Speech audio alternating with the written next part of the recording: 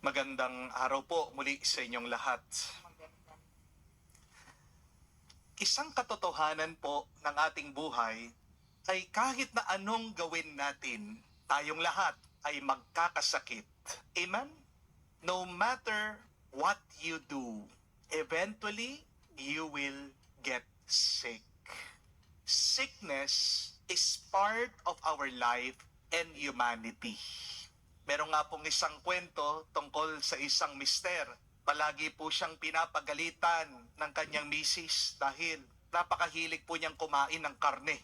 Ito pong kanyang asawa, tong babae, sinesermonan siya palagi. Sabi, agad kang mamamatay dyan. Kumain ka nga ng gulay para po wala na lang pinag-uusapan, para hindi na lang sila nag-aaway, bawat sila'y kakain sa hapagkainan, sa lamesa.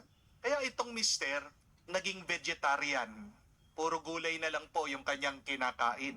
For 25 years, tiniis po nitong lalaki na palaging gulay, palaging vegetable, yung kanyang pagkain. Hanggang isang araw, may naramdaman po itong lalaki. Sumasakit yung kanyang tiyan.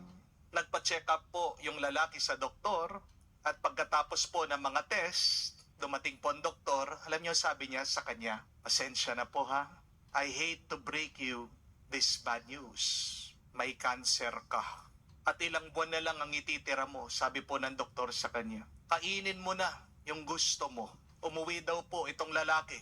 Galit na galit ang gigigil sa asawa niya. Sabi niya, tingnan mo na, kasalanan mo ito. For 25 years, wala akong ibang kinakain. Puro na lang gulay, puro na lang dahon. Tingnan mo, ako pa nagka-cancer. Bayaan mo ako. Kakainin ko na yung gusto ko. At least bago man ako mamatay, mag-enjoy ako. Wala pong imik yung misis. Walang magawa. Yun, puro karne. 3 times a day. Almusal, tanghalian, apunan. Alam niyo po kung ano yung nangyari? Susunod, yung lalaki, hindi naman talaga namatay. Umaba pa yung buhay. Nauna pang namatay yung doktor niya sa kanya. Ano ang punto, mga kapatid? Kahit na anong ingat na gawin mo, magkakasakit at magkakasakit ka. You can never free yourself from sickness in this life. Hindi natin maiiwasan ang sakit sa ating buhay dahil parte yan talaga ng pagiging tao. Di po ba? Pero ang mabuting balita, ito. Kung tayo'y nagkakasakit, maaari naman tayong gumaling at bumuti. Kung magkakasakit ka, hindi naman nagtatagal ang sakit na yan. No pain is permanent, and some sickness can be healed if you believe that nothing is impossible with God. Amen? Many times when we talk about healing, we usually think about physical, bodily healing. Pero kung titignan niyo po ang buhay ni Padre Pio, makikita niyo po dyan ng tunay na kagalingan ay hindi lang pang katawan. Ang tunay na kagalingan hindi lang po physical. Healing can also be emotional and spiritual. And here are 3 reminders that I want you to remember, my dear friends, if you want to be healed quickly. Number 1, for physical healing, God is the true doctor. Kilala po si Padre Pio bilang banal na nakatulong, nakakagawa ng himala pagpapagaling sa mga may sakit. He was known as a miracle worker. Napaka-imposible, stage 4 cancer, pero dahil sa kanyang blessing, ang daming mga tao na nananalangin sa kanya, gumaling, nawala ang cancer. And there is this one story about a mother who brought her sick child to Padre Pio. Benendisyonan daw po ni Padre Pio yung bata at nakabawi ito pong batang may sakit. But Padre Pio would always say this. He said, I can do nothing because it is God who does everything. Kinikilala po ni Padre Pio yon. Hindi naman siya talaga nagpapagaling kung hindi ang Diyos. Amen? Ang trabaho po ng doktor ay tulungan lang yung may sakit para siya'y gumaling. Hindi talaga yung doktor yung nagpapagaling dun sa may sakit.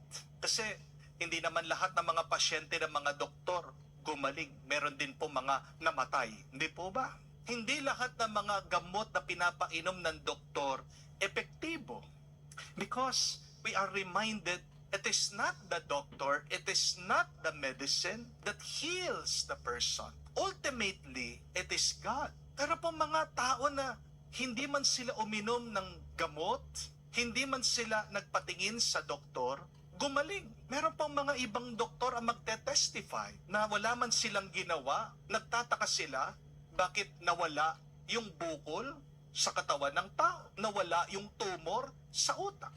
Because it is God who heals us. It is written in the Bible. It is God who binds up wounds. But we have to understand also that God is more than a doctor. Because Jesus, our Lord, the Son of God, though He was a divine healer, He presented Himself as a food for our lives. Diba? Kailangan din naman ng sustansya ng iyong katawan para yan ay gumaling. Ang pinakasustansya ng ating buhay ay matatagpuan natin sa banal na misa, ang katawan at dugo ni Kristo. Si Padre Pio po, nagkaroon ng stigmata nung siya'y buhay. Sa mga hindi po nakakalam sa inyo, ang stigmata, yan po yung mga sugat ni Kristo na kanya natanggap dahil sa kanyang pagpapaksakit sa krus. Lumilitaw po na hindi maintindihan sa katawan ng isang tao. Padre Pio was graced with that wound of Jesus in his hands. Kaya makikita niyo po, balot yung mga kamay ni Padre Pio. At tiniis po ni Padre Pio yung sakit na yon for 50 years. Pero tingnan nyo, isang paalaala po ito, this is a reminder that healing does not always mean that the sickness disappears. Sometimes God allows us to experience this suffering so that we may be united with Jesus on the cross. Yes, physical healing is a gift, but even more important is the healing of our heart, and the salvation of our soul is most essential. Sana po, hindi lang naman yung kagalingan ng ating mga katawan ang ating naisin, kung hindi ang pagpapagaling ng ating mga puso at kaluluwa. Kung hindi ka gumagaling sa iyong sakit, dalawa lang ang ibig sabihin. Tandaan niyo po ito.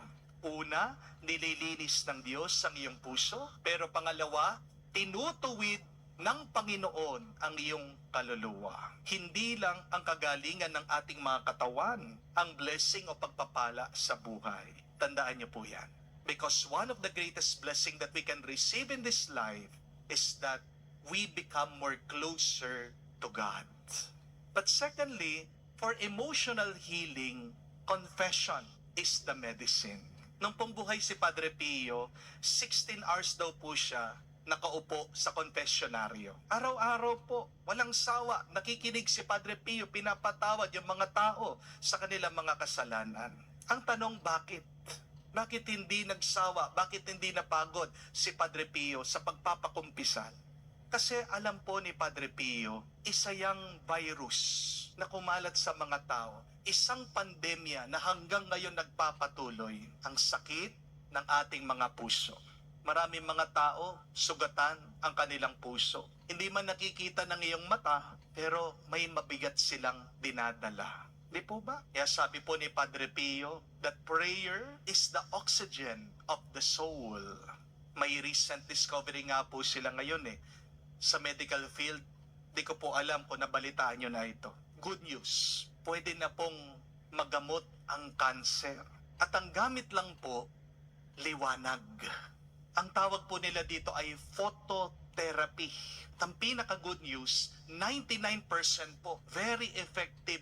Gumagaling yung mga taong may cancer na walang side effect. Di ba ang ganda po ng balitang yan? Kung iisipin po natin, ang liwanag talaga, gamot sa ating pangangatawan. Kaya nga yung mga bata habang maliit, di ba, nilalabas natin, i-expose natin sa araw, vitamin D, para tumubo yung buto. Yun po pala, isa ding tulong sa ating pangangatawan para gumaling ang ating mga sakit. Pero ang liwanag, hindi lang po gamot sa ating mga katawan, gamot din ng ating kalooban. Kapag nagdarasal ka at nagkukumpisal ka, kapatid, binubuksan mo ang iyong loob sa liwanag ng Diyos. And it is God's light and truth that gives your mind peace and your heart joy. Baka kaya ikaw ay nalulungkot dahil matagal ka na diyan sa dilim ng iyong pag-aalala. Baka ikaw ay nakatago diyan sa dilim ng iyong galit at hinanakit. Pray so that your mind and heart may be open to God's light, because that light will be your way to receive renewed strength. Kaya kung may sakit ka, kapatid, isang magandang lunas dyan, kumpisal. Kung hindi ka man makalapit sa pare, makapasok sa simbahan, make your private confession. Ginagawa po natin yan palagi sa misa, di po ba? Nag-uumpisa tayo sa banal na misa sa pamamagitan ng pagsisisi. Always ask God to forgive you, because a healthy body starts with a healthy heart, free from worries. Amen? Third and last, for spiritual healing, union with Christ is needed. Padre Pio often said, and we have memorized this, pray, hope, and do not worry. Because worry is useless.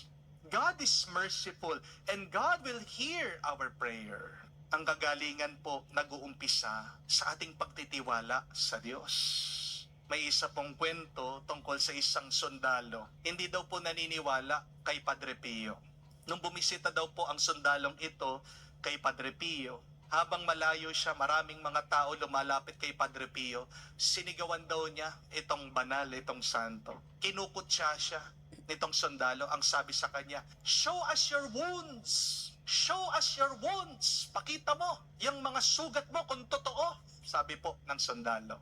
At sumagot daw po si Padre Pio pabalik sa kanya, I will show you my wounds if you show yours to me, sabi niya. Palitan tayo. Papakita ko ang sugat ko sa iyo, pakita mo ang sugat ng puso mo sa akin. Ibig sabihin, magkumpisal ka muna. At ito pong sundalong ito, pumasok sa kompesyonaryo, umiyak, umagulgol, nag-breakdown. Ang dami po pala niyang tinatago sa kanyang puso. Ang dami pala niyang kasalanan na hindi masabi-sabi. At pagkatapos po nag-confess itong lalaki, nagbagong buhay siya. Kaya po sikat si Padre Pio hanggang ngayon, kasi hindi lang po yung mga may sakit ang gumagaling. Marami din po mga tao ang nagbabalik loob sa Diyos sa pamamagitan niya. Kaya kung malapit na malapit ka sa Diyos, doon ka lalayo sa kasalanan. Kung malapit na malapit ka sa Diyos, diyan din gagaling ang iyong kaluluwa. Many who have met Padre Pio receive not just miraculous healings and cures, they also experience being very close to Christ. Nung nga lang pong linggo, pagkatapos ng aking misa, habang nagpapapicture na naman ang mga tao dito sa parokya, meron pong isang babae lumapit sa akin at hinawakan ang aking kamay. Sabi, Father, nagpapasalamat po ako sa panalangin niyo. Kasi ngayon, wala na rin po akong cancer. Dati ako'y naka-wheelchair. Nakakatayo na po ako. Sabi po ng doktor ko, wala na akong makitang cancer sa'yo. Huwag ka nang babalik dito.